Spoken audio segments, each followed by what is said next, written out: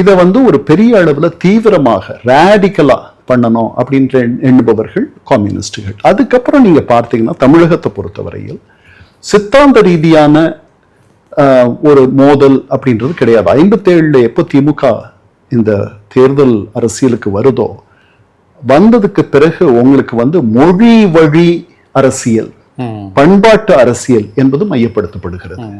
காமராஜர் போதுமான அளவு தமிழர் அல்ல, தமிழ் உணர்வு உள்ளவர் அல்ல. தமிழ் உணர்வு அப்படின்ற ஒரு தத்துவம், ஒரு கருத்தியல் முதன்முறையாக உங்களுக்கு 57 தேர்தலில் வைக்கப்படுது. போதுமான அளவு அவர் இல்லை, அவருக்கு தமிழ் உணர்வு இல்லை, தமிழ்நாடுன்னு பேர் வைக்கிறதுக்கு தயங்குறாரு, இந்த மாதிரி. அப்போ இதுல என்ன பெரிய கருத்தியல் இருக்கு? கிடையாது.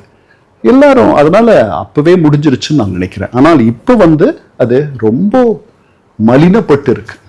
இப்ப தனிப்பட்ட முறையில் தாக்குதல்கள். அப்போ கொஞ்சம் நாகரீகமா உங்களுக்கு ஒரு அண்ணாவும் காமராஜரும் உயிரோடு இருந்த வரைக்கும் ஏறக்குறைய ஒரு நிதானமாக அரசியல் பேச்சுக்களும் ஓரளவுக்கு நாகரிகமாக இருந்த காலம் அது. அதற்கு பிறகு எம்ஜிஆர் கலைஞர் கருணாநிதின்ற மோதல் வந்த பிறகே அது கொஞ்சம் கீழே போக ஆரம்பிச்சது.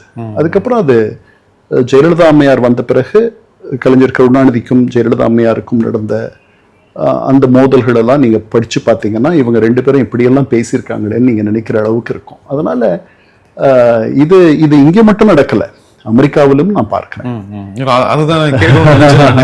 ஏன்னா இது உலகம் முழுக்க அட்லீஸ்ட் நம்ம பார்க்கிற அமெரிக்காவிலும் சரி, மேற்குலகத்திலும் சரி, ஒரு பொது வாழ்வினுடைய ஒரு தரம் என்பது கொஞ்சம் கீழறங்கி செல்கிறதோ அப்படின்ற ஒரு எண்ணம்.